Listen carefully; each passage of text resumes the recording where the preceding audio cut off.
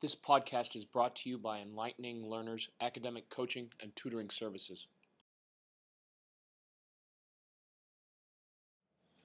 In this presentation, we're going to learn to solve proportions involving scaled drawings and models. Questions that you'll be responsible for. What is a scaled drawing and how to use it? How do you set up a story problem involving a scaled drawing? And finally, be able to demonstrate this process. All right, a scaled drawing is a drawing of an object with dimensions proportional to those of the actual object. To find lengths from scaled drawings, set up and solve your proportions. So here we have an example of a scaled drawing. This is a scaled drawing from the first plane that the Wright brothers built.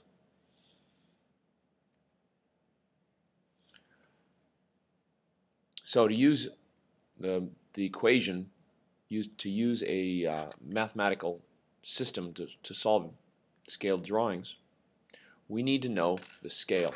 In any kind of map or any kind of drawing, there's going to be a scale, and what I refer to as a scale is this portion of it. There's got to be something that tells us what the relationship is between the actual object and the drawing object. And you'll see this in the legend. You'll see it in maps where it'll typically say 1 inch equals 10 miles or something to that effect.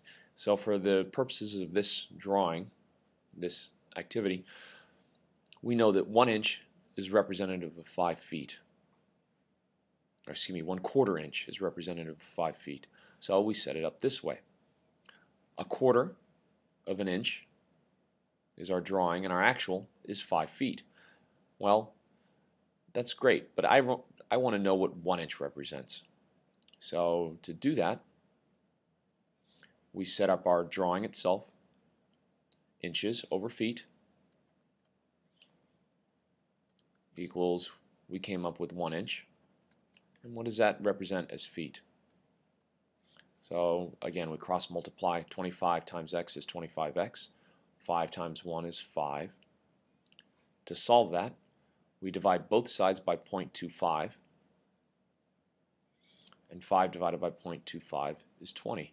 So 1 inch is equal to 20 feet.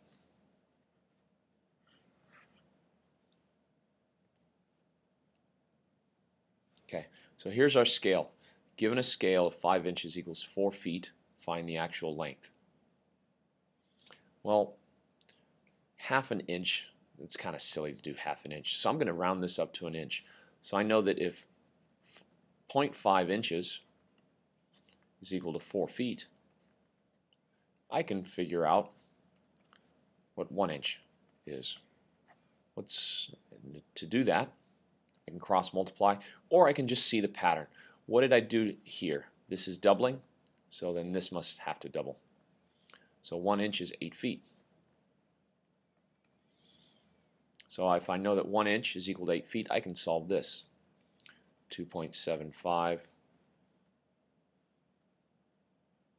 What is that going to be over my actual? When 1 inch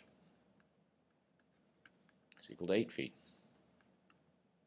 I'd cross multiply and divide.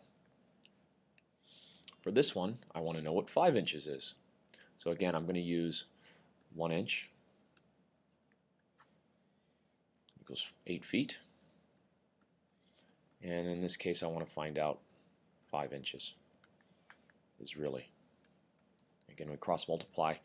We're left with 1 inch equals 40 feet.